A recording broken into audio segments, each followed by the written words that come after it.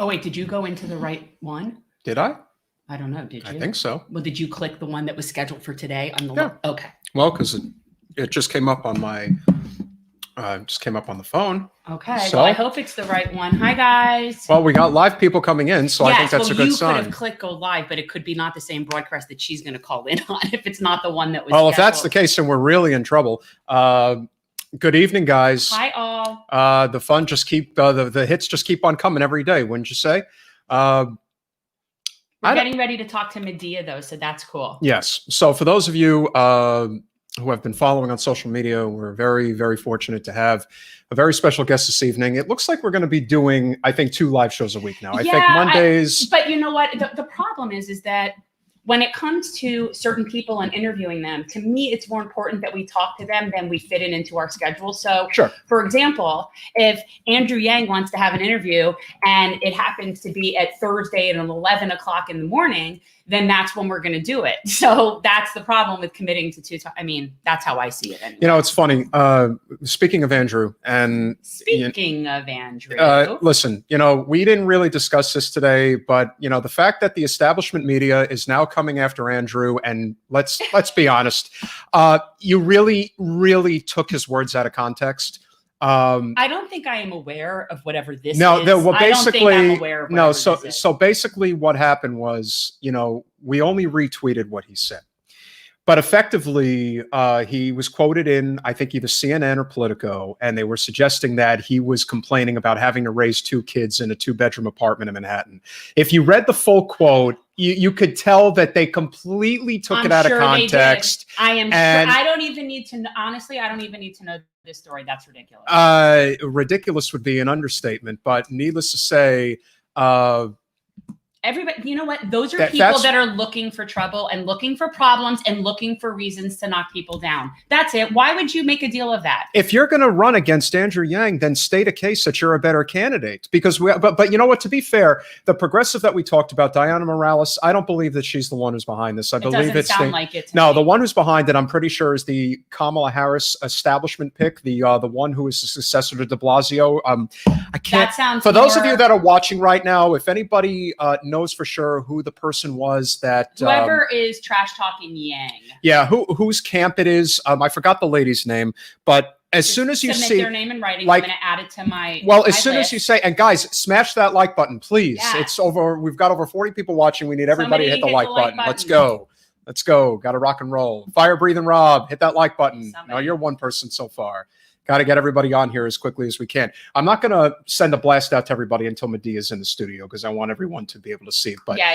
You know, one of the things that, you know, look, one of the things, I mean, what can't you not talk about? But there's so much stuff all day, every day. It's so easy to get caught up in the distraction of are they going to impeach Trump? Are they not going to impeach him? You know, I'm not normally a supporter of that kind of stuff because I think for the most part, it's posturing and circus and stuff. But having him impeached and then convicted in the Senate, if there's any possible way to do that now, I don't know. Not going to happen. Well, because only a conviction in the Senate would then take away his privileges and benefits post office and keep him from being able to run. That would be the primary reason. Yes. If your goal is to make sure he never runs for president again, then that is an understandable approach. But I got to tell you, I think the decisions they're making, let's just censor more, let's just suppress more, it's only going to make this worse. Yeah, the censorship is not the answer. Censorship is never the answer. The answer to bad information is good information. No, how about policies that actually help people? Well, I'm just saying in general, if you want to stifle somebody's, content, the way that you do that is not by censoring them. The way that you do that is by providing better content. It's easier said than done. No, well, it is, but censorship is a very, very slippery slope is not a good way to be. And I'm not an argument could be made that anything that was sort of appearing like inciting danger or inciting a riot or inciting violence, I mean, that really is not supported by the First Amendment, actually, even if these were government platforms, which they're not. No. So that's the beauty of this, is that this really isn't a First Amendment issue. But what about the fact that you've got Amazon, Google, Facebook removing Parler? I mean, listen, look, you know what? We don't like it, but as of right now, those are public businesses. I mean, private corporations. They're not public utilities. So we have no say so. And their decision to not let somebody on their platform is completely within their own rights to do so. Now, I don't necessarily agree with that because I think they should be nationalized and made public utilities at this point. It's kind of like the Democratic Party and the Republican Party, private companies deciding who gets to make decisions about who gets elected. And obviously when we get our corporatized candidates, that's obviously one of the biggest problems. But guys, we have a very special guest coming in. She is, who I like to see as the most prominent anti-war activist we have in the United States. You know her for decades now, what she's done to speak out against the war in Iraq.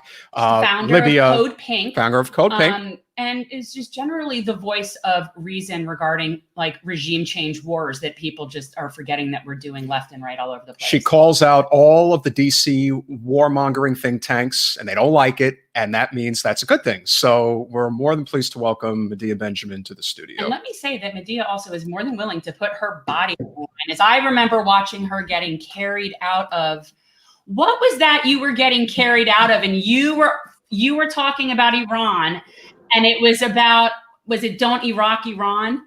Like you were getting carried out of a room from a podium. Oh yeah, that was when the U.S. envoy, well, hello, by the way. Hi. Good to see you both. Great to see you again. That was when the U.S. envoy for against Iran, Brian Hook, was giving a talk about why it was right for the U.S. to leave the Iran nuclear deal and why Iran was not a normal nation. And I got up to say what a ridiculous speech he gave, and how, you know, why is it that Saudi Arabia is a, quote, normal nation? What makes Saudi Arabia normal and Iran not normal? And then went through a whole litany of things that Saudi Arabia was doing, and how this administration was trying to take us to war by going out of the Iran nuclear deal. We only have how many days left? 10, 9? Yep. The countdown. So let's hope we can get through it without him taking us to war in Iran. But things are really bad. And today was another blow in that the Trump administration just put Iran on the list of state sponsors of terrorism as a final blow. They put Cuba on as well. And this is a parting gift to the Biden administration, because it's very hard once you're on that list to be taken off. Well, that's what I wanted to ask you. You know, now with it, let's say Biden comes in and says, okay, we need to at least go back to where this was when we were in the Iran deal and where we were with our Cuba relations and getting rid of those sanctions. And where do you think this goes now that he's coming in? The people that he's picked for his cabinet positions on national security, many of them are people who negotiated the Iran deal. He's got Tony Blinken, Jake Sullivan. He just named 2 other positions, Wendy Sherman, who was a key negotiator, and the person he just nominated to head the CIA, William Burns, was somebody who behind the scenes was setting the stage for the negotiations. So there are quite a number of, and then let's not forget John Kerry, whose position is on the environment, but he was the key negotiator for the U.S. when he was Secretary of State under Obama. So they've got quite the team in there to get this going, and they want to, but we have to recognize that there's all kinds of forces that don't want this to happen, from the U.S. allies, Israel and Saudi Arabia, to powerful donors in the United States, to the Republican as well as the Democratic Party, lobby groups like AIPAC, the war machine that likes to have enemies. So we shouldn't assume that the Biden administration is going to be able to do this quickly. And now with this recent announcement of putting Iran on the state sponsor of terrorism, it takes a while to get that reversed. It just can't be done by executive order on day one. So this is really meant to slow things down, put another obstacle in the path of improving relations with Iran by rejoining the Iran nuclear deal. Yeah. I mean, you had to figure that he's such a petulant child. Like, you had to figure he was going to basically set things on fire on his way out the door. Oh, but you know what? I made a mistake. It's not that they put Iran on the state sponsor of terrorism list. It's that they put the Houthis in Yemen. And Yeah. that is to get at Iran and make it harder to improve relations with Iran. Yeah. Medea, I think there's a lot of things that people look at Trump's presidency and, what is the blackest eye? I personally think that the worst moment in his presidency was when he vetoed ending the genocide in Yemen. The fact that it passed the House and the Senate and really could have, I mean, God knows how many lives could have been saved, and, really could have been rolling back a lot of the issues that exist in the Middle East still. One of the chances that Biden will ultimately allow that bill to make it to his desk if they want to, submit it again and, really start to unravel this, this endless war problem that we do have. Well, I guess it's a matter of how optimistic you are that Biden will be willing to stand up to the Saudis regarding Yemen. Yep. Yeah. So, the issue is not so much that the U.S. can roll back the genocide. It's the Saudis and, to a lesser extent, the Emirates that have been doing the actual bombing in Saudi Arabia, but it's with U.S. support, U.S. weapons, and these are weapons that are sold to Saudi Arabia. So it's really interesting because Biden has said that Saudi Arabia is a pariah state, which is like a totally different view of the Saudi close relationship with the Trump administration, and even with the Obama administration that started these large weapon sales to Saudi Arabia. And it was under Obama that the U.S. began to give support to the Saudis in their war in Yemen. So Biden has said he wants to stop that support. And it is very important, but it's very similar to what we were just talking about with Iran. Is he going to be able to do it given the pushback that he's going to get? Now, I think he'll be able to stop a lot of stop the logistical support. But in terms of stopping the sale of weapons to the Saudis, I think they'll narrow it to say, we're not going to sell Saudis offensive weapons that could be used in Yemen, but they'll continue to sell weapons to the Saudis. And that really speaks to the power of these weapons companies and how entrenched they are in our government, in the Congress. They give a lot of money to the congressional campaigns. So it would be very hard to just say we're not going to sell weapons to the Saudis, which is the right position. Correct. But it does sound like, all things considered, even though it'll be mildly better, that this is still better. It's better nonetheless. Oh, yeah. I mean, these are very, very important issues. If we could get back into the Iran nuclear deal and stop the U.S. complicity in the war in Yemen, that would be fantastic and could lead to the U.S. starting to get out of these wars in the Middle East in general. Now, I'm very excited about the pick that was just announced today for CIA director, because we had a big campaign against the person who was considered to be the shoo-in, and that was Mike Morell, who is somebody deeply involved in the torture program. And so we were just delighted when Mike Morell withdrew his name from consideration after a lot of bad press. And the announcement today is the first time there's ever been a seasoned diplomat that's been put in that position. And William Burns, who we might disagree with on plenty of policies, he doesn't have he's not tainted with the support of torture or drone killings. He does believe in diplomacy. And he's also said that the further withdrawal of U.S. troops from Afghanistan could be helpful in unraveling these wars. So that was a very good announcement today.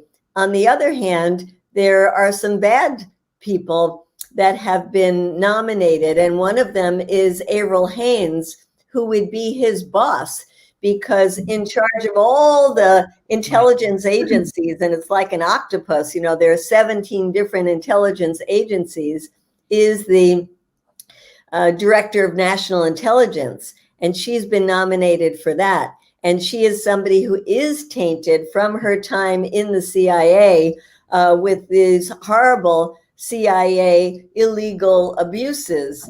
And that's why we have a campaign that we're saying, call your senator to say no to Avril Haines.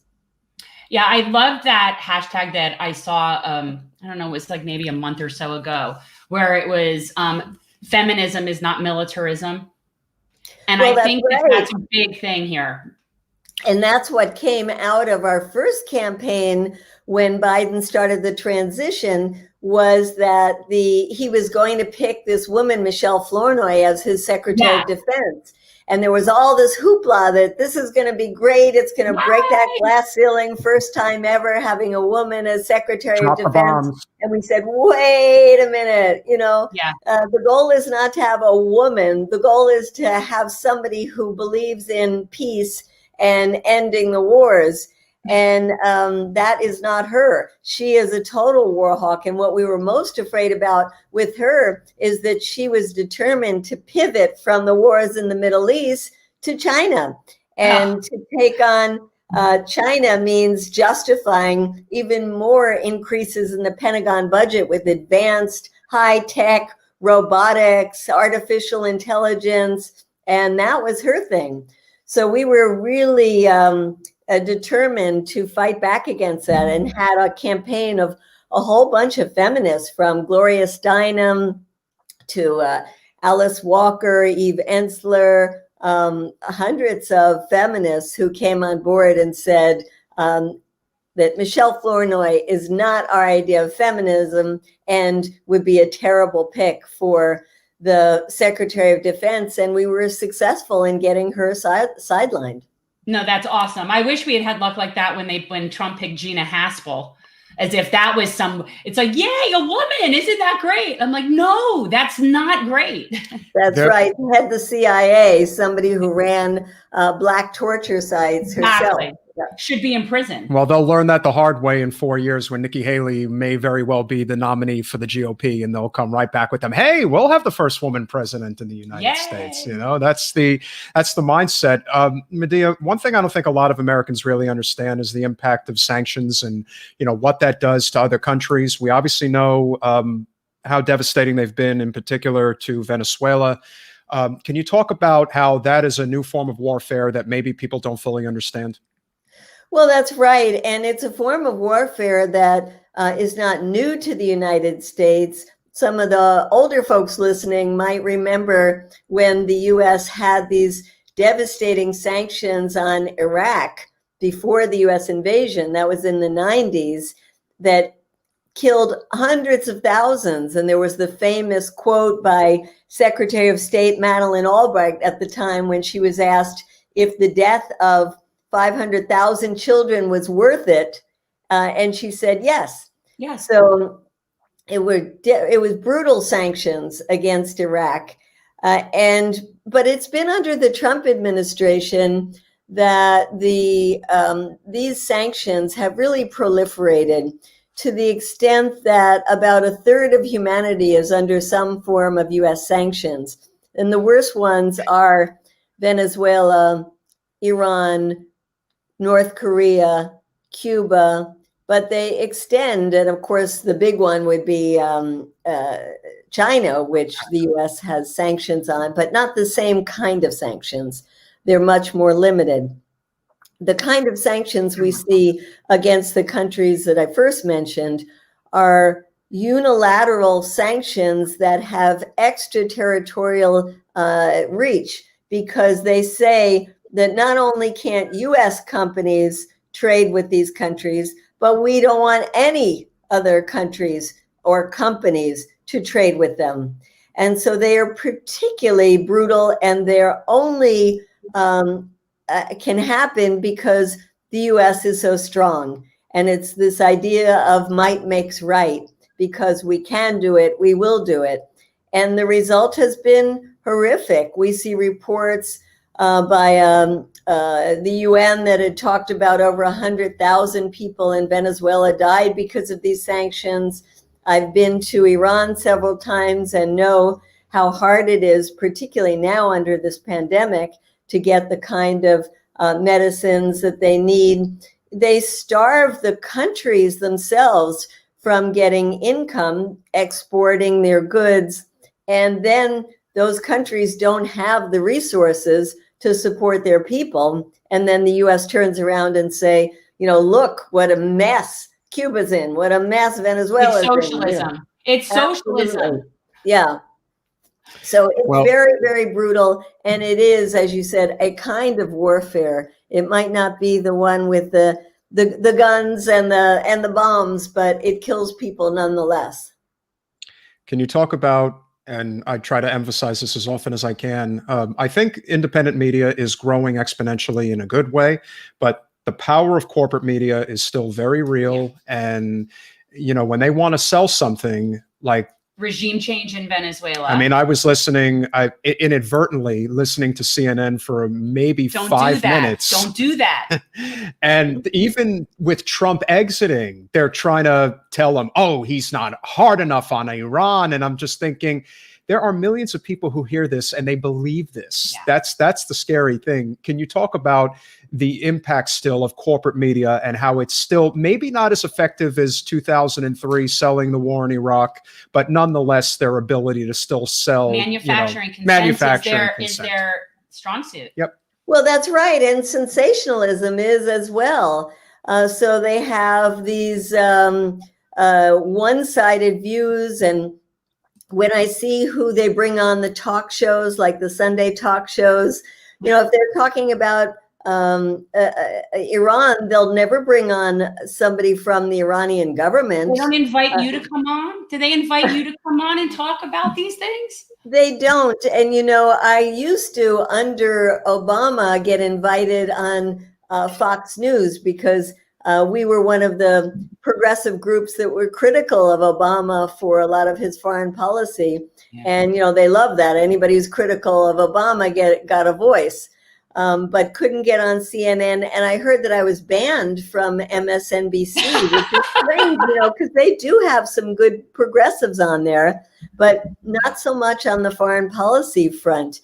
And then it was funny, I got a call about 2 weeks ago from PBS that they were impressed with the campaign we had around Michelle Flournoy and said that they might want me on.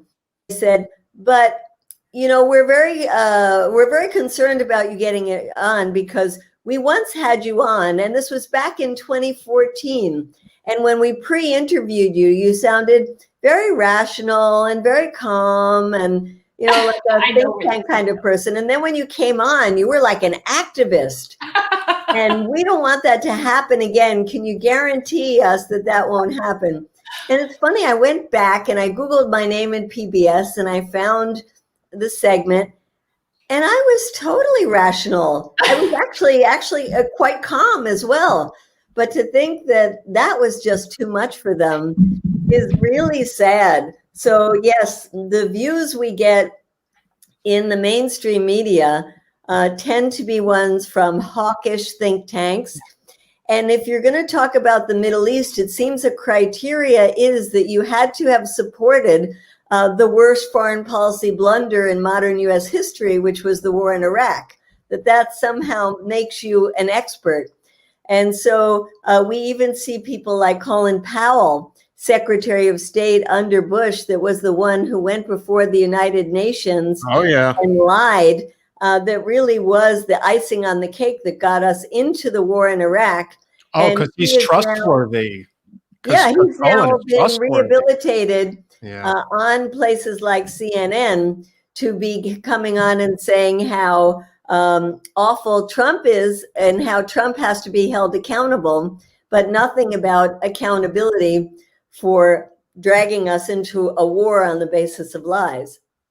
I just wanted to say something. We were talking about sanctions that I don't think that people understand the reason behind that, like why they do that. I mean, I think there's this thought by the powers that be that if you starve out the people, they will rise up and they will overturn their own, right? Like they are going to be so frustrated with their lot in life but that's not how it happens. And basically we just punish the poor people.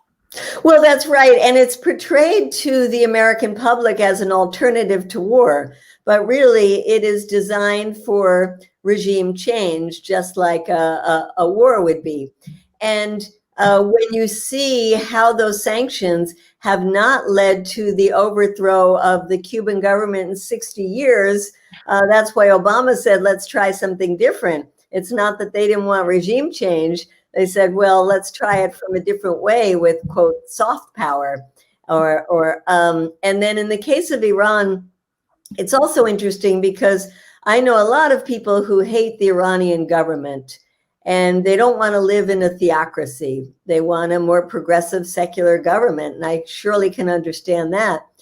But they look around the region and they say, uh-oh, if we look at where the U.S. has intervened, it's worse. It's absolute chaos and total destruction, whether it's Iraq, Libya, Syria, and they say, we don't want that for our country, so we're better sticking with the horrible government we have than welcoming the United States to bomb our country, overthrow our government, and try to impose a government that nobody will be accepting of, and it'll turn into division and chaos. And maybe that's what the United States wants. Medea, we have an interesting question from a gentleman named Dustin Price. He says, I've leaned on the sanctions are actually warfare against civilians, but are there good sanctions? Is there such thing as good sanctions? Yes, it's a very good question. And, I tried to start that by saying that there are a third of humanity is under some kind of sanctions, but they're not all these sanctions that are collective punishment against an entire population. There are good sanctions, and good sanctions can be against narco traffickers. They can be against human rights abusers. They can be against government officials who are responsible for violently repressing protesters. We have been calling for sanctions on Saudi Arabia, not only for its disgusting war in Yemen and the murder of journalist Jamal Khashoggi, but also for the internal repression. And there have been no sanctions put on Saudi Arabia, just the contrary. There are sanctions that would stop the US from training officers of those countries, which could be a good thing. There are sanctions that would stop US sales of certain weapons to certain countries. That would be a good thing. So yes, it's a great question, and there are good sanctions. Right, just not consumer goods that hurt people and medicine and all the things that people need. I mean, I think that the key is, who are you hurting? And when you follow the trail and you're hurting regular people, then that's not good. That's right. Any sanctions that affect the entire population are not good. Yeah. Medea, there's two particular places that I want to go as far as our current elected officials. On the one hand, I think we definitely have an insurgency, both on the progressive left and the libertarian right, that are, I would say, safely anti-war. They really do not want this to be our future economy. But we saw what ultimately happened to Tulsi Gabbard when she ran for president and really put her foot down about regime change wars not being what we should be doing. And I've noticed, we obviously pay close attention to, people like AOC, for example, and I kind of see them backing off on certain language, whether it be, Julian Assange or, just any particular type of foreign intervention without actually saying, no, we need to be anti-war. Can you talk about the impact that the military industrial complex has on the Hill in terms of, how they basically sink their teeth into most, if not all, of our elected officials? Certainly, when you look at the committees like the Foreign Affairs Committee and the Armed Services Committee, and you trace the money that those committee members get from the not just the weapons companies, but the contractors to the military, it's a direct correlation. And it's mostly to Republicans, but a lot of Democrats as well. And that's why we've had a campaign calling on our congresspeople not to take money from weapons contractors and not to have their own funds invested in weapons contractors. We had a very interesting campaign, a short-lived one because it was successful, that we just did against one of our most progressive anti-war congresspeople, and that's Ro Khanna. Yeah. We found out when you looked at the filings that because his wife has money separate from him and is quite wealthy, they had a lot of money invested in weapons companies. And so we talked to him about it, and he said, you know, it's my wife's money, but you're free to go after us, and maybe that will put pressure on her, and that might be good. And indeed, after a pressure campaign, the wife decided it wasn't worth it, and she got rid of her weapons investments.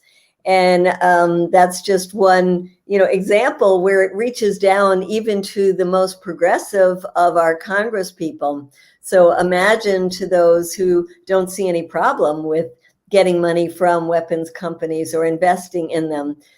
They are, the Pentagon budget is so enormous, and a large part of that budget goes right into those weapons companies.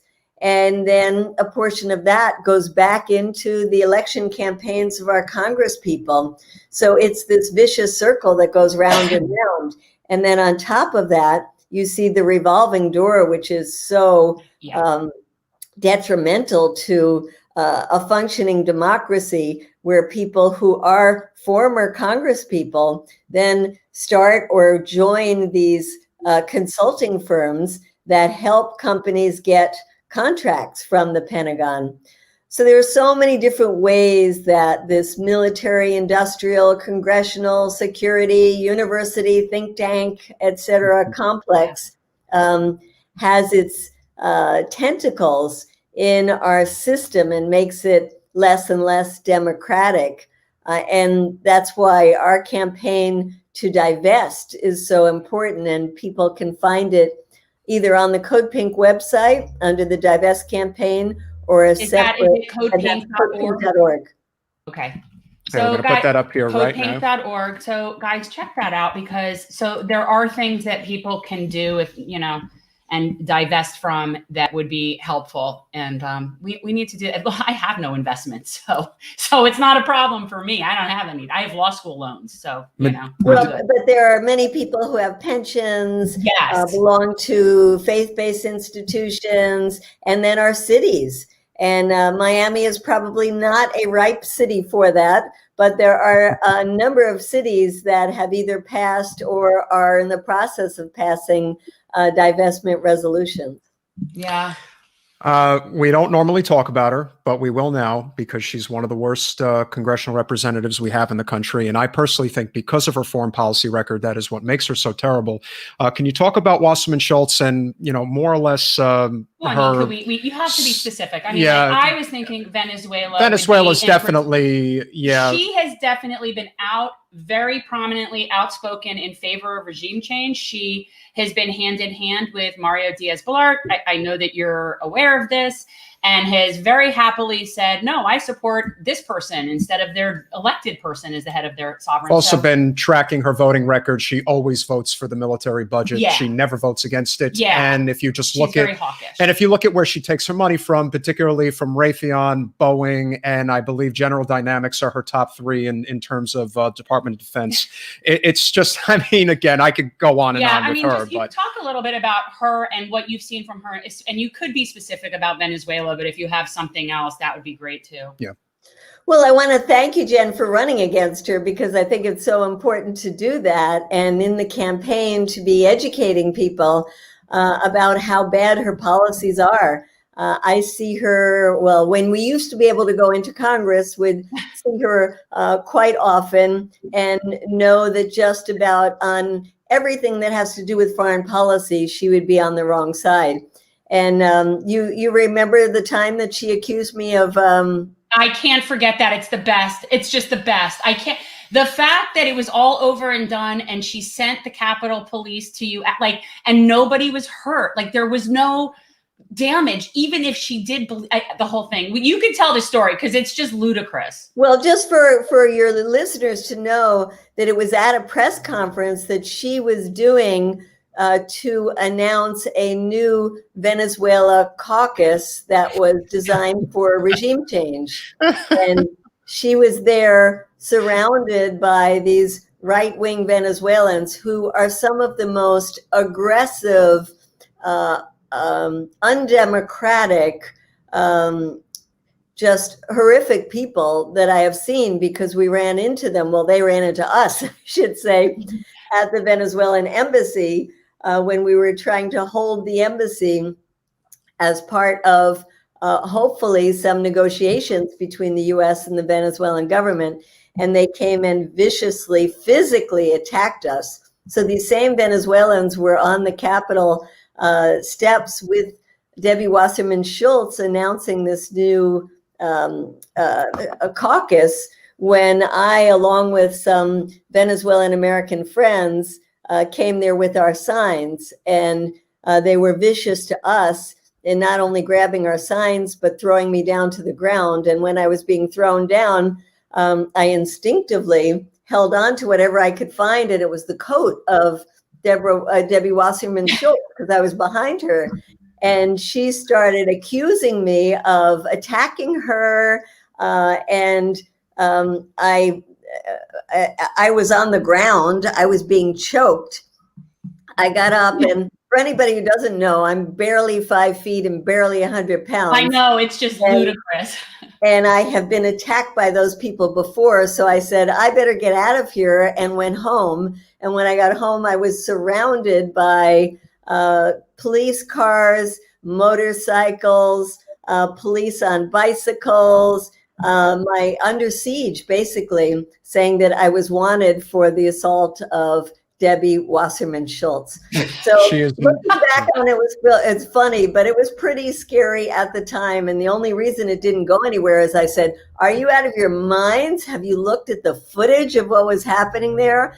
And I said, also, without a warrant, I'm not going anywhere. And when they looked at the footage, they realized I was the one who had been attacked. But right. It just gives you an example of how she is so in bed with these horrific right-wing people who support a made-up President Guaido, who now the Europeans are also backing away from, and recognizing that it just makes no sense.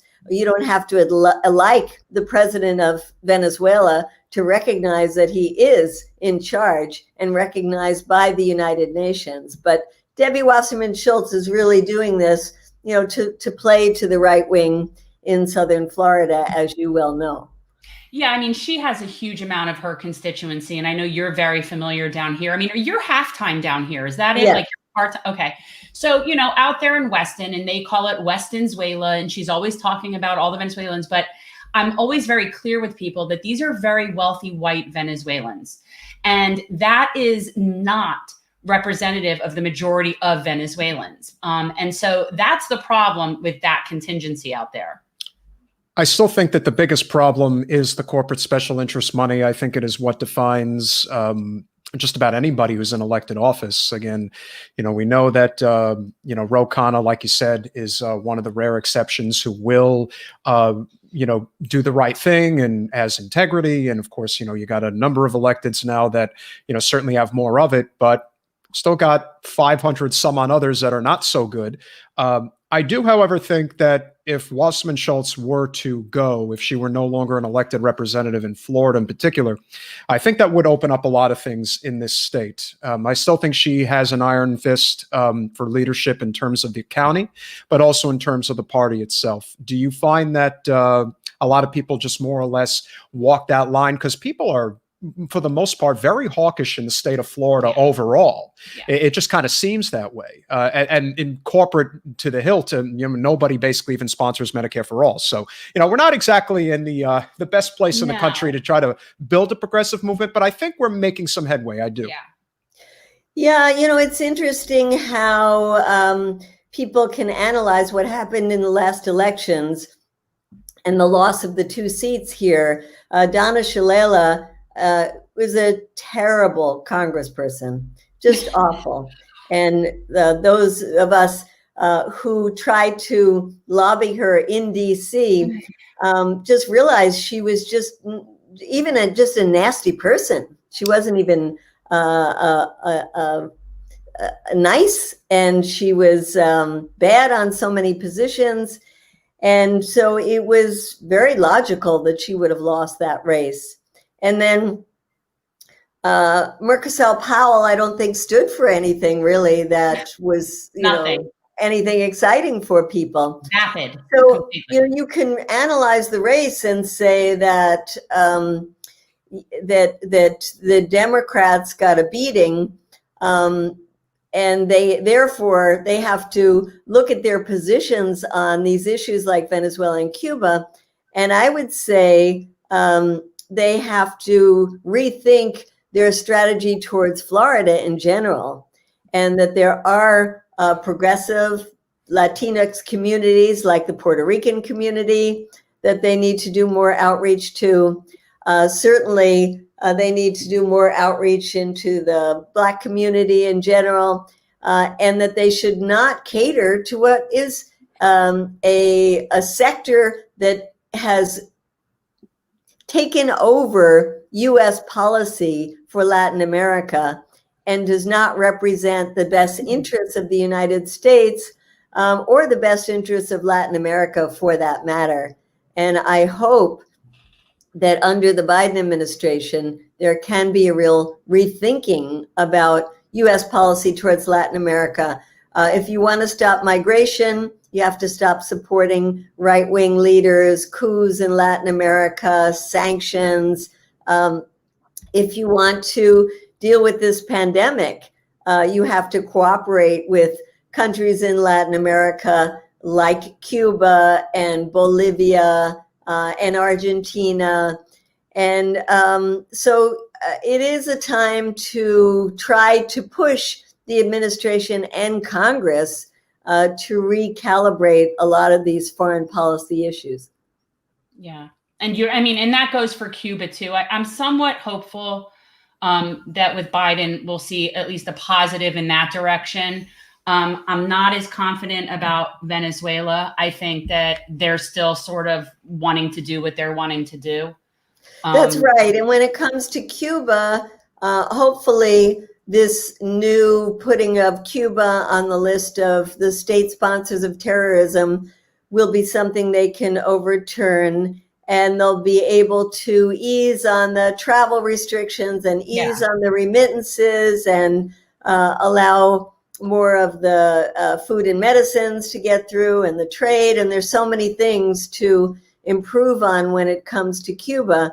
But I think you're right, Jen. When it comes to Venezuela, it's going to be harder. And we have to push to say that it makes no sense at all to keep recognizing a guy, Juan Guaido, who is not in charge of anything. And especially now that there have been new elections in Venezuela for the National Assembly, you can't say he's the head of the National Assembly anymore. And it's just a ludicrous position. So there's a lot of work that we have to do to show that that position not only makes no sense, but it's not going to get anywhere. And it's going to, from the US point of view, foment people leaving Venezuela and wanting to come to the United States. I know it's ironic that they're wanting that you would go to the country that's causing the problems, but yet that is what happens. You know, if you asked anybody in Latin America, if they were able to come to the United States, would they come? And I would say the vast majority would say yes. Yeah, no, I think so. I know that's true. I just think it's just sad because clearly we don't want them, and we treat them so crappy. I don't know. It's just all very sad. Can you talk about the importance of a Green New Deal and what impact that would have in terms of our foreign policy? Because most of our foreign policy, I mean, look, 25% of the world's crude oil is underneath Venezuela's soil. This is why I don't think they're going to be forgiving about Venezuela in the same way you could get them to give on Cuba. If Cuba was sitting on oil, then I don't know that we would be as forgiving with Cuba either. That's how I see it. But what I'm saying is having a domestic policy that allows us to get away from fossil fuels, I think would have a tremendous impact. It's all interconnected. I mean, the military-industrial complex pollutes the earth more than anything else. So I would think that being able to push a domestic policy that involves us not having to, chase down minerals and oil and things of that nature, if you could talk about the impact something like that would have, even if it isn't the Green New Deal, even if it's $1 trillion infrastructure bill that focuses primarily on clean energy jobs, the importance of what that would mean for our foreign policy going forward.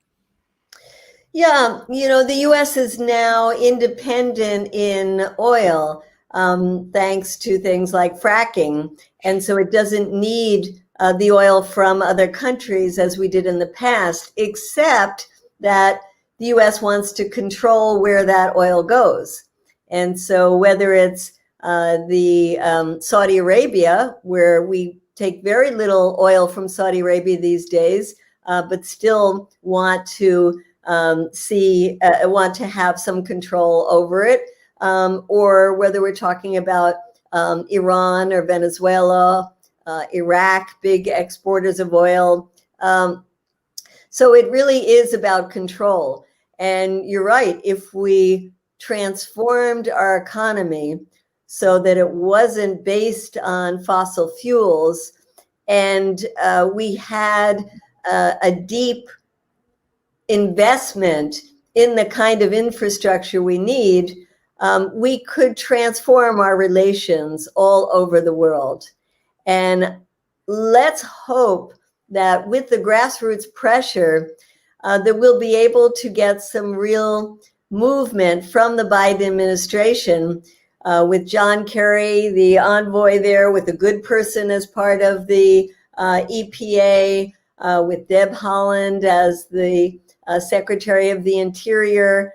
We are in a good position to be fighting the powerful companies that are not just the oil companies, but others, and Wall Street, that are so invested in this destructive status quo. I was talking to somebody today who is a Cuban American who just returned to Cuba for the first time since she had left there 20 years ago. And we were talking about what she was calling a communist government, and she works in the energy field. And she says, well, I hate communist governments, but, and then she started talking about China and said, when I see what China does in terms of the investments that they've had in electric vehicles, their investments in fast trains, their investments in solar energy, she said, I'm so jealous of what they're doing. And it was funny to hear this woman saying, maybe there's an advantage to a one-party state that can just get things done and doesn't have to fight against the corporate interests that hold us back. And I thought it was quite funny.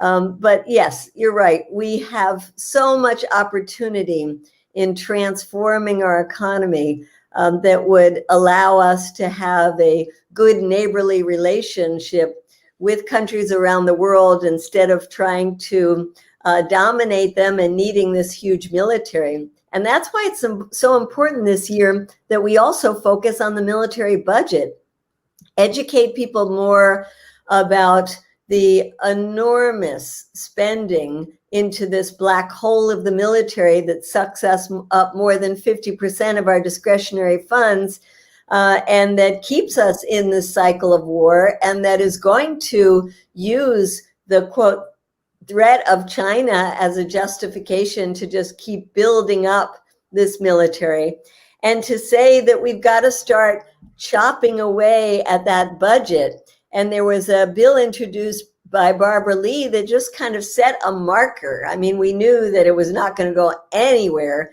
but it set a marker of saying, let's cut $300 billion from the Pentagon budget, which is almost half.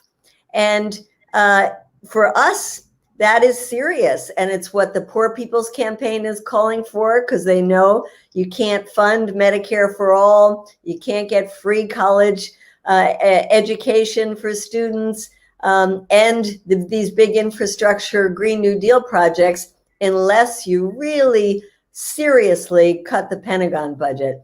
So I'm excited about the challenge under Biden, who is not interested in cutting the Pentagon budget, to be pushing forward on that.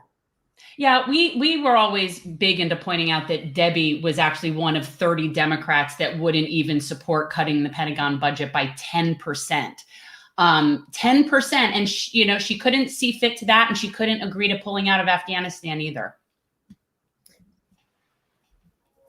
I think the difference now compared to, where we were, as I was saying the other day, when Obama took over in 2009, I do think that there is a growing movement, but I think you've probably observed lately, there's a lot of egos on the progressive left. There's a lot of people who want credit for things. And what are your recommendations as far as how we continue to build this movement that is a combination of, obviously economic populism, but also an anti-war movement as well? Because there's always the threat, especially with Biden's history, that, we could get involved in another conflict. And quite frankly, we can't seem to end any of the conflicts we've been in for, in some cases, 20 years.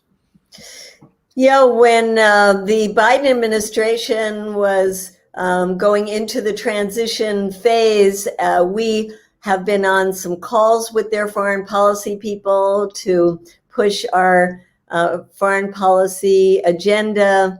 And there is a campaign that a group was starting called No Honeymoon for the Biden administration, which I thought was great. And then Wednesday, we had that horrific insurrection.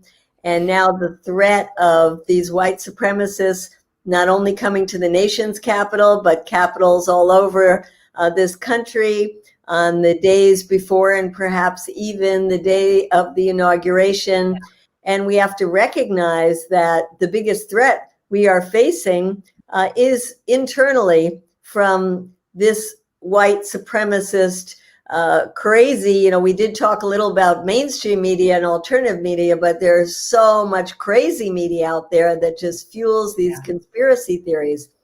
So we have an internal threat that we have to deal with, as well as the pandemic, economic crises as a result of that pandemic, and the climate crisis. So we have all of this happening at the same time. And I think it's going to be harder for us to make the kind of pushes we need to make with the Biden administration just because of what happened on Wednesday, and that we don't know what's going to be happening with this insurrectionist movement. On the other hand, we've got to recognize that we can't slow down our agenda either, and have to keep pushing that.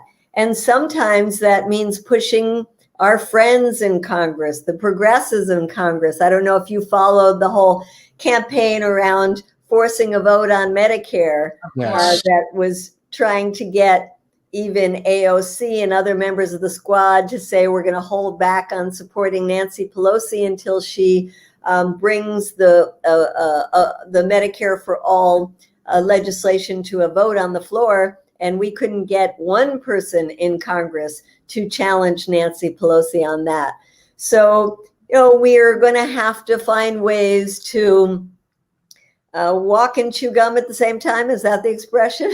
Yeah, and it's not easy, because it's not just getting them to be able to focus, it's getting them to be able to quell donors in a lot of cases. And that's a big problem. We were talking with Nina Turner the other day, and obviously we're very supportive of her getting into Congress, and that would definitely be an added voice who I think would definitely be on the correct side of things and isn't afraid to speak up. So, you know, there is some, we have been making progress. We have, and we have some fantastic people. The fact that the first piece of legislation that Cori Bush put forth was to expel all of the Congress people that had been supporting the insurrection, you know, is fantastic. And just so people know, Rick Scott's on that list, so we could get Rick Scott is on that list. I know. Here's hoping. Jimenez as well. Yeah. And I wonder, you know, I don't spend my full time in Florida, so it's hard for me to organize or to know who are the real organizers. But I've tried to put out feelers yesterday and today to say, isn't somebody organizing some protests at the offices of Rick Scott and Jimenez? And I have not gotten a response. So if you know anything or want to help organize, I'll look into that. Yeah, I'll look into that. I haven't been to a nice organization at Rick Scott's office. I've been to little Marco's office a few times. I don't think he ever goes there, by the way. But yeah, well, I love a good protest. I just think Florida's been, you know, searching for some type of real leadership for a long time on the left, on the progressive side, and it just hasn't been there. And, you know, we're trying to do our part down here. I think there could potentially be a very solid candidate in Anna Eskamani running for governor. We'll see if that ultimately comes to fruition. But it is going to take a considerable amount of time and effort, and I know a lot of people are very anxious right now. You know, I do think one of the reasons, I mean, listen, there's always going to be the crazies out there that listen to Trump and think what he says is gospel. But, you know, I also think there's a lot of people that were looking to go to DC because of the impact that COVID has had on their livelihoods, and they're tired of their government not working for them. The economic populists. The economic populists is a very different segment of that group. But I don't think that's, to me, that might be people that were there in protest. Yes. But those were not the people. No, not the people that were charging in. Now that's different. That's what I think. That's different. But I do think that Biden is going to have to recognize very quickly that if he does not give some type of legitimate economic relief to this country and doesn't strongly consider at least emergency Medicare for all, there's going to be a serious problem in this country, because this is going to get worse. We see it all the time. You know, the evictions are ramping up like crazy. I mean, you can only squeeze people so tight for so long. And, you know, Jen's very friendly with Max Blumenthal. And, you know, even he says, this country's not much different than a third world country. No. We're really not anymore. Well, you're friends with Max. I know you're friendly with Max, but yeah, I mean, what we're seeing lately, it's interesting that people are so shocked and surprised. And, you know, people that have been paying attention really recognize us for the banana republic we have become. Like, this is not new. Our Congress, our legislature works like a banana republic. People are bribed and paid off and quid pro quo. And this is not new. They just don't like seeing the ugly from the outside. That's what it is. I mean, like, they're okay with corruption and filth and stuff going on as long as it looks nice and clean and professional. Well, just the fact that our elections are so full of money, whether it's corporate money or rich individual money, or even the more grassroots crowdsourcing money, just the fact that you need so much money to run for office and win office in our country just shows how undemocratic our system is. And yes, I think now it's been exposed, and particularly from the pandemic. And I agree with you totally. Biden says he wants to fulfill the $2,000. You know, hopefully that'll be right on the agenda as soon as they come in. And they need to produce for the American people. Otherwise, in 2 years, it's going to be a Republican majority in the House, and they'll win some Senate seats. And then in 4 years, we're going to be in really big trouble. So I agree there. Should we address this question here? Yeah, I thought so. I mean, I put it up because I think it's interesting. And I actually think everything is always used as an excuse to expand the security state. So to me, that's just, yeah. So the question is, will this be an excuse for Biden to expand the security state? The chickens have come home to roost.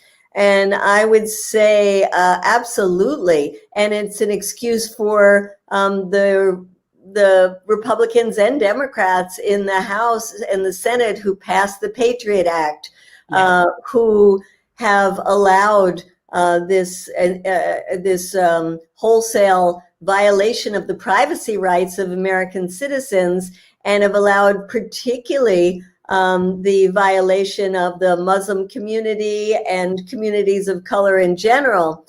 And while you would think that the rounding up of people who participated in the siege of the Capitol would be something that might be restricted to those people, it won't be. No. It will be expanded. And just on the level of the Capitol itself, I have when I'm in DC, literally, my office is in the Capitol. I work out of the Capitol as an activist and tell people, meet me in the cafeteria, and we just hang out there because it's a great way to see the senators and the Congress people when they're having lunch. You can run into them, and you can also use it as a base for people to come and see you and then send them off to lobby for something in the offices. So that was where I lived during the day. I don't think I'll be allowed inside anymore. I don't think any of us will be allowed inside anymore. There hasn't been opening for the public because of COVID, but now that's going to be extended thanks to these white supremacists that mob the Capitol. It will be an excuse for them to say no more public coming into the buildings, no more public into the, quote, public hearings, where we have been going and protesting for years. So even on that level, things will change, and they will use this to do what they've wanted to do for a long time, which is exclude the public. Yeah, it's a scary prospect. I mean, Wasserman Schultz, I believe, has 2 primary offices here in the district. One of the offices she doesn't use, and the other one, she doesn't actually meet with constituents. And I'm sure that the ones that she does meet with, if she meets with them, are heavily screened, to make sure that you they're, have to get an appointment. It's a whole big production. It's not easy to do. And then even if you have an appointment, it's likely that it's not going to be her. It's going to be some toady sitting there. And so this representation has just, it's taken on just a whole new meaning in the past several years. And while we have been getting some good representation in, I am much more concerned about this, sort of fascism, authoritarianism at a minimum, with our elected representatives. They really don't feel it's necessary to answer to their constituency. It's like, I want your vote, you'll give it to me, and I'll grease whosever wheels I have to grease in order to get it done. That's the cycle of corruption that exists. And no transparency after the fact. Because that's what really bothers me. There should be a requirement that you have to have a certain number of town hall meetings with your constituents, that you have to have a certain number of public debates if you're running for office. And, I think between COVID and now what happened on Wednesday is even more of an excuse for them to say, well, I can't appear in public. What if somebody comes and tries to shoot me?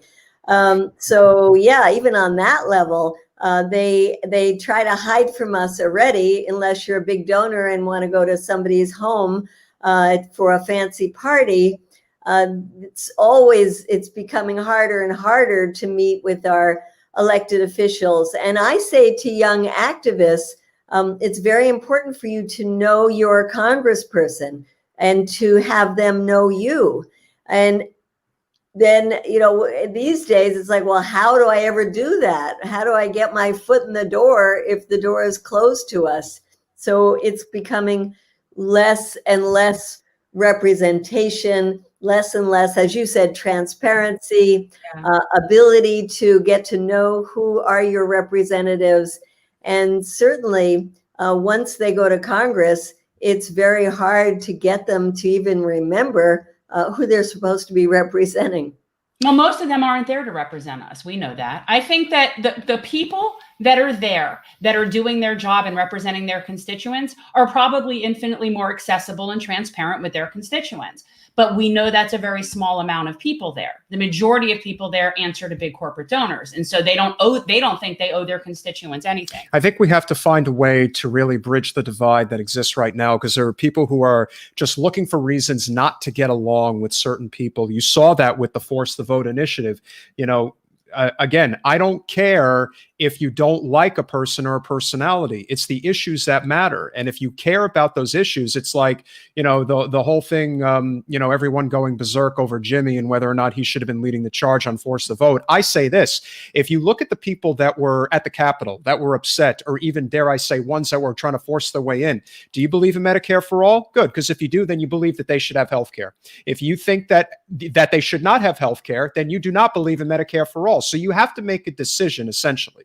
That's what people ultimately have to figure out. You know, what do you really want to do? Do you really want to improve the collective in this country? Do you really want to hold the people we have accountable? Well, then there's going to have to be a lot of ego checking at the door. And I'm wondering, you know, what it's going to take, because Jen went on Tim Pool's podcast recently, and 500,000 people saw that episode. And of course, you've got a lot of Trump supporters on that side, but overwhelmingly, she was very well received. You know, you're not going to agree on everything, but a lot of the primary issues, they were able to find common ground. And I think we need to make a conscious effort to find a way to make that so, because if you follow what goes on social media, it's literally like being at a high school lunch table. It's a bloodbath of mean girls. It's just bad stuff. It's mean girls. That's what it feels like to me. It's just a bunch of mean girls. We really, really, if we're ever going to get anywhere substantially, we got to move past that. People really have to get over that stuff.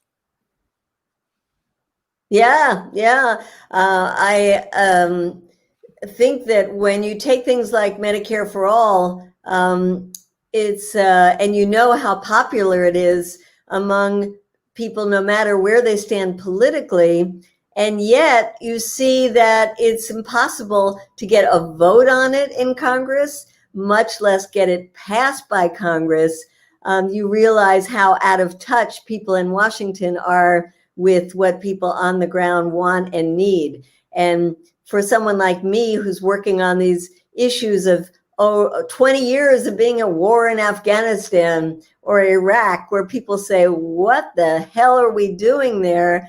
And you even see that veterans, Republicans, independents, libertarians, they say they don't support the wars and they don't understand why we're still there. And they feel that it was a big waste from the beginning. You know, that's a strong message. And yet, will we be able to stop the Biden administration from 4 more years of war? Will we be able, at this point, I'd be happy if we can get him to not start any new ones. Yeah. That's where we've gotten since, quite honestly, since Obama. Where I've gotten since Obama is if we get a president that doesn't start new wars, that's a bonus. Although let's be careful, because that's what Trump supporters say that he didn't do. But and he didn't, but he didn't do sanctions being a kind of war. How much he increased the droning. It's you know, again, there's they're all on the same team and it's not ours. And I think that that's the key point. If you're interested in bombing poor brown people across the world, you're just not on my team. That's just what it's just, you're just not on my team. And when I don't care if you're red or blue, like, that's irrelevant to me. And I just wish more people understood how this works. No, I do. It's so sad to see the couple of efforts that Trump did make to stop conflicts, like meeting with Kim Jong-un in North Korea, or trying to withdraw some troops from Europe. Like, why the hell do we still have troops in Europe, or even in Syria? And he got such pushback by he got attacked from the right and Democrats. By the left. The left attacked him from the right. Well, you're not doing it the right way, Trump. It's like, I see, that is just, to me, we don't have time for that. I don't care if somebody's doing the right thing, then they're doing the right thing. That doesn't mean I like it. After 20 years, it's precipitous. Yeah. Well, we'll never forget, a lot of the things that were done to Trump were done specifically to ensure that he didn't win re-election. Ironically, he would have cruised to re-election if not for COVID. It wouldn't have even been close. And so I think we have to continue these conversations. I think it is essential that more people hear your message as much as Jen's. And I think we will do whatever we can to continue this, because it isn't a red or blue issue. This is a corporate versus non-corporate issue. And nowhere is that more clear than when it comes to our foreign policy. It really is. They're all the same. One thing I want to plug, which is every Tuesday evening now, we're having a gathering online for education, but also action. So we get people on, sometimes they're Congress people like Ro Khanna, Barbara Lee, sometimes they're great activists. And on codepink.org. Yes, and it's on CODEPINK. You can go to codepink.org/CODEPINK Congress, or you can find it just on the CODEPINK site. But it's every Wednesday, 8 p.m. Eastern time for the action meetings. No, that's great. That's how people need to be informed. People need to get their information from things like this, as opposed to turning on MSNBC. This is where you're going to get actual information from people that know. And at the end of the call, we all stay on the line and start calling Congress. So it's for real. Or we write letters to the media. So it is education and action. So anybody interested, join us on Tuesday evenings. That's awesome. Is it Tuesday or Wednesday? Tuesday, every Tuesday. Are you saying CODEPINK.org, CODEPINK Congress? Every Tuesday at 8 p.m. That's awesome. I'm going to have to check that out, because that's good. Medea, before you go, is there any projects that you're working on right now that everybody should know about? Well, that is the one, because on the Tuesdays, we talk about all the projects. So tomorrow's going to be about the Pentagon budget with a group called People Over Profits. The week after that is going to be experts on Yemen. Then we have the best people on Iran, like Trita Parsi, coming the next week. So the project is all, it's mixed in with all of the things that we're actually doing. And my latest, my big campaign now is to stop the confirmation of Avril Haines as director of all the intelligence services. Yeah, that's... All right, I'm going to have to check that out. I think I'll jump on there tomorrow night. I wish I knew that was existing. That's really cool. There's nothing that the corporate media stifles more than an anti-war message. No. They will move heaven and earth to get that done. The one thing I will say about Bernie is that, he really changed the game when it came to Medicare for All. I don't think he did enough when it came to the anti-war message. No. And I think that would have had an even greater... But he is the person that introduced he's the person who tried to get us out of Yemen and take back the AUMA, which, that's the other issue. And he mentioned Palestinian rights. And oh, yes. A whole... I was going to say to you, at some point I could have you back and we could have like a whole Israel conversation, because, and here in South Florida, and specifically in this district, that's a huge issue, and it's not an easy one for somebody in this district to address. Like, it's very, very I call Israel the third rail. Yeah, and maybe I can recommend my colleague Ariel Gold for that, because she's really good on that. So thank you so much for having me on. Thank you so look much, forward to seeing you out in the streets on the I was going to say, when it's safe, of course. You're going to be at the next caravan?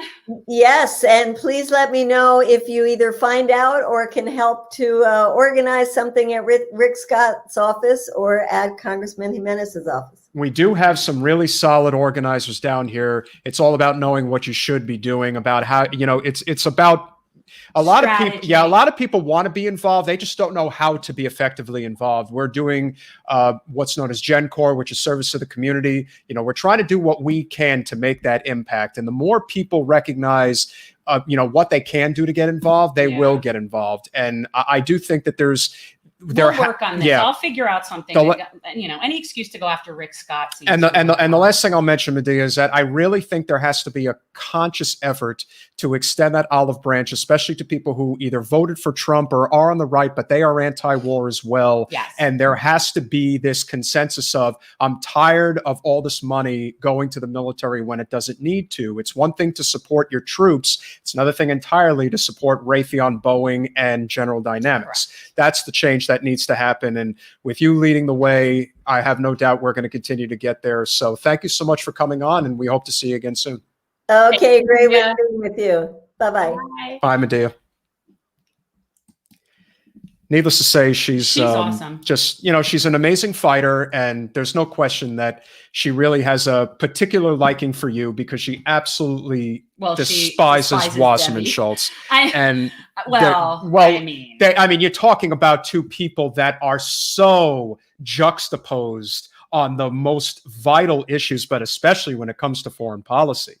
I mean, Medea could be one of your greatest advocates if you were to ever run again, because she knows all the depths of how far Debbie has gone with the worst of the worst when it comes to our foreign policy. Okay, but I should point out what we were talking about. So for anybody who's local, the last Sunday of the month, there has been regularly being a caravan that is sponsored by Hands Off Venezuela and Cuba out of Miami. And it's a caravan it's gotten huge. I mean, there had to be like 100 or something cars in this. They're getting bigger and bigger. Yes. There's people on bikes that do it. And really, it's just showing solidarity with the Venezuelan and Cuban populations in Miami that do not want these imposition from our country in their country. We have so many people from Cuba that are not able to go visit their family. Like, how ridiculous is this? So, if you ever are interested, check out Hands Off Venezuela and Cuba. Check out their Facebook page, and they'll post. They do them pretty early in the morning. I mean, I'm lucky if they start at 9, and they're pretty. But if you want to get down there, it's really great, and you always have the opportunity to potentially bump into Medea Benjamin if you go. Yeah, and she's the real deal. She does go to these events, so you can definitely count on her showing up. Every time I've seen Medea has been at a protest, so that's the thing. Our friend Al Rodriguez asks, "Let me know about GenCore." So basically, we have continued what we have done from the campaign, which is service to the community. Obviously, we have to be very cognizant of what is appropriate right now, because a lot of people are still very fearful about being out in the community, being active in lieu of COVID, and the fact that things just always seem to get worse down here. But what I can tell you is that we do have a number of things that we are involved in right now. One of them is a community garden in Hollywood. We are also involved with food distribution. Which we need to get all set up this year. So basically, we now have a volunteer coordinator whose name is Melissa. If she's here, I don't know if she's here. Check in. But anyway, and so we are going to be really able to start scheduling different things. And the two main things that we really regularly schedule is community garden and food distribution. We're open to other things. Definitely want to do, especially because of COVID, we definitely want to do beach cleanups because that's outside and you can space it properly. So that's definitely something that we want to do. You know what? I'm going to sit down and just start really working on a schedule for stuff and getting things on there. But right now, my primary focus is really working on this community garden in Liberia. Every Friday? Every Friday I'm there. 9 a.m., 10 a.m.? Yeah, I mean, 9 a.m. If you get there, you'll catch Vern. He'll be there. Vern's always there early. Yes. And we're hopefully tell the people about the community garden, what we've planted so far. Okay, what have we got so far? The community garden, it's really cool. Right now, it looks like two giant piles of mulch in the middle of a field. But like, I'm amazed at how well some of the plants are doing. Like the sweet potatoes, look amazing. I think the whole banana. Yeah, it's a banana circle. So we have what's called a banana circle, and the banana circle it's 3 banana trees, and then in the center will be where the composting pile goes. And apparently bananas are hungry for compost. I don't know. I'm learning as I'm going. So the master gardeners are setting this up in a way, and this is going to be an educational garden, an opportunity. I call it the Farden because it's bigger than a garden, but smaller than a farm. And what we're really wanting to do is have an opportunity, not just for people to come out and volunteer and work in the garden, but to also learn how to do a lot of these things at their own home. So we had talked about how we're going to do irrigation systems, and we're going to be setting up different types in different parts of the Farden. And so there will be, and we'll have like little signs that say, this is something you could do for $100. This is something you could do, for free, and just give people different ideas. I mean, the goal is sustainability. But every Friday, it never ceases to amaze me that I have been going out to this garden. Something really cool happens. Just really random and cool. So the other day we were out there at the garden and some guy comes over and he's like, hey, what's going on? And we told him we're planting a garden. He goes, I've got 2 avocado trees that I can't plant because I don't have a place to plant them. I'm going to go home and get them. And the next thing you know, he comes back with avocado trees for the garden. And every single week, there has been something or somebody that really lends itself to me really appreciating the concept of what this is, because it's really about building a community. We spend a lot of time standing there shooting the shit. And we're going to get to a point when everything is sort of up and running, where it's going to be daily maintenance at the garden. I mean, it's not going to be just a weekly thing. Right now, we're still just working on the perimeter. We're working on getting a budget for fencing, and we'll do our first big fundraiser for fencing. And that's where we are, but it's really exciting. If anybody comes out on a Friday morning, you'll get to see what we're up to. Yeah, and definitely, for those of you who are watching right now, you can always go to generationalchange.com, and I'm gonna put that back. Yeah, and on generationalchange.com, you could sign up for GenCore. Yep. And what that'll do is we can then add you into our system. And we do have a new app that we're working on, a new program, so that we could have calendared events and you could have an app on your phone. And we're actually now just starting to enter people into our new program. So if you're interested, if you're local, right, it is for local. Sorry. Yeah. So we're definitely trying to, and again, South Broward, North Dade, and we're trying to focus on, the communities that really need the most help right now. Yeah. So yeah, we definitely are going to continue to build this out as effectively as we can. And if anybody out there, if you're local and you have an organization or something that's a community service that you would like, us to look into helping with, we're very open to helping with different things. We did more pre-COVID, and it has definitely been harder since COVID. Not being able to work with the vets. Yeah. I mean, we are now officially an organization, and we can officially take donations and all of that stuff. We are not a 501c3. We cannot be a 501c3 because then we won't be able to endorse candidates, which is something that's important to us. So we will fill out our stuff to try to become a 501c4. But I know that doesn't give people tax deductible donations. But it's really no different than donating to a campaign. You don't get a tax deduction for that either. But any donations to GenCore are going to go to things like helping us pay for our volunteer program. I mean, That's it. Like nobody's making money. There's no payroll. There's nothing like that. We certainly hope you've all enjoyed tonight. And like I said, I think we're Medea Monday. We're definitely going to try Medea Monday. That's good. I definitely think we're going to try to do 2 nights a week now. We're getting up on our hours. So we want to tell you guys, very important for those of you that are watching and continue to spread the word. We need about another, probably a little less than 2,000 watch hours. So for those of you who haven't had a chance to check out our channel, specifically on YouTube, if you can not only subscribe, but also watch, like, and comment on the videos, the more people that see it, the more hours that get put up. So for people who watch this generally on Twitter or Facebook, please make sure that at some point you do go onto YouTube and subscribe on YouTube, because that's really what's going to help us grow the channel and monetize. And that's really what we're trying to do. So yes, it is very important. If we do get monetized, it's going to allow us a lot more independence. We'll be able to do super chats, be able to raise money, not have to just beg people to come on, the Patreon. I think it's a lot better if it's just organic. If people want to contribute, that's wonderful. We're not doing this for money. That's not our purpose. We really want to empower the community. No, we're about trying to build the progressive movement in Florida. We'd like to think that we are going to be the, progressive sort of hub for things in South Florida. And Al had asked if it was called, what the name of the organization is. So our organization that does service, our service organization is called GenCore. I think we've got somebody who wants to buy a shirt. Dustin? Oh, we have a couple of different options. Well, right now we have our volunteer shirt. Now, if somebody is local and comes to volunteer, you get the t-shirt for free. But he may want to get a generational change. Now, the generational change shirts are jerseys. They will be coming any day now. I will have them. We haven't decided on a price yet. We're going to set them. We probably 23 for 23. I don't know. I don't know, because we might not be District 23. We don't know what's going to happen. We're looking at a redistricting. I keep telling you, we can't focus on 23. So we are going to have merch very shortly. They're really cute jerseys. If you're local, you can get a GenCore volunteer shirt. So I was just saying that our organization is called GenCore. That's our service organization. Generational Change is the name of this podcast. So this is sort of the media arm of what we're trying to do. And really our mission is transforming politics into service. That's our line, is transforming politics into service. Continue to like, share, subscribe, do it all. It means the world. And yes, and you will be able to get shirts. They will be coming soon to Yes. our website, generationalchange.com. We will have them.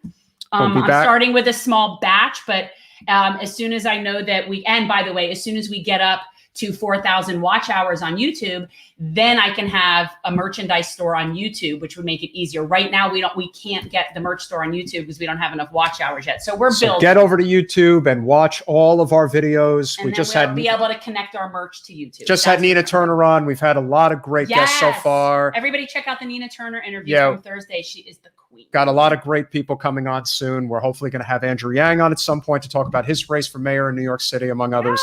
So definitely, like I said, keep in touch. I'd like to say we're kind of small, but yet I know some very powerful people. Here's the thing, though. That's the thing. Like, I feel like for the size that we are, I know some exceptionally big name people.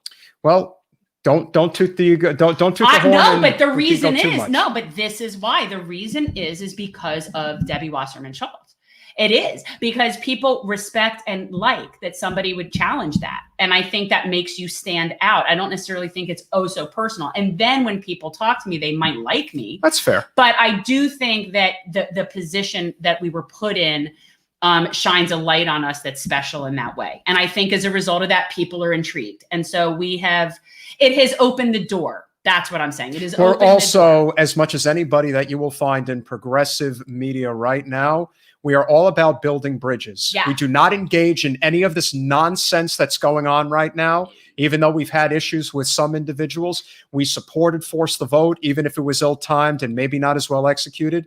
We know that people are desperate and need help right now. We do not need to be dealing with any of this high school gossip, none of this nonsense. It's such a waste of time. And I've always been of the idea, and I've said this from the beginning, I really do believe that if you throw enough shit against the wall, something's going to stick. So I'm never going to poo-poo somebody's idea for a strategy. You know, I might not necessarily want to participate, but that doesn't mean that I'm going to be negative about it and bring it down and not be supportive. If you want to fight in the Democratic Party, then that's what you do. If that's what you think is the best choice. If you want to fight for the People's Party, then that is what you do. If you feel that that is the best choice. Dependent on where you live. I do not have the luxury of open primaries. And it's not only that, but at the end of the day, if you're fighting for the primary issues that matter, I don't care if somebody voted for Trump. Are they willing to support an anti-war Medicare for all initiative, a stimulus checks initiative? Then you break bread with them. End of story. It just needs to be on a per issue thing. We've always said that from the beginning. I've met Republicans that were against fracking in the Everglades. That's how I made one of my connections in the Republican organization here.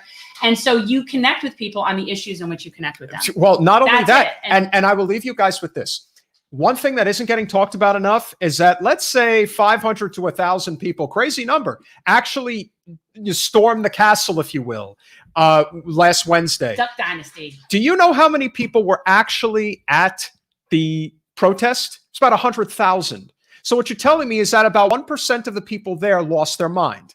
We went to Trump's rally here in Sunrise a year ago. Yes, we did. And I can tell you it was fun. that crowd was basically identical to the crowd you saw in DC. You have about 90 to 95% of the crowd, which is completely peaceful and well-mannered, and they happen to like Trump. And then you have that small but crazy portion of the crowd. But that's the squeaky wheel. That's the problem. But what they're doing is making it out that they're all like that, and that's not good. That's the problem. Now you want to say that they should have spoken up more so about it? Okay, that's fair. That's a fair point. But ultimately, a lot of these people are our allies. They just don't know it yet. So we have to find ways to bring them together. We're not going to agree on everything, but I guarantee you on the major things that really matter, like wasting hundreds of billions of dollars every year on useless wars and major military contracts, I guarantee you most people would say, yeah, that's BS. We need that money here, and we need it not to be fighting wars that have no point. So with that said, thank you guys for tuning in. Keep spreading the word. And yes. Peace out, which you now have commandeered from I didn't me. say it. You said it. But you do that. As long as you always do it forward, because you know the other way. Yeah, don't do that. The worst was when all those like teenage girls would be doing that. And I would say to them, you know, that's not peace, right? Goodbye.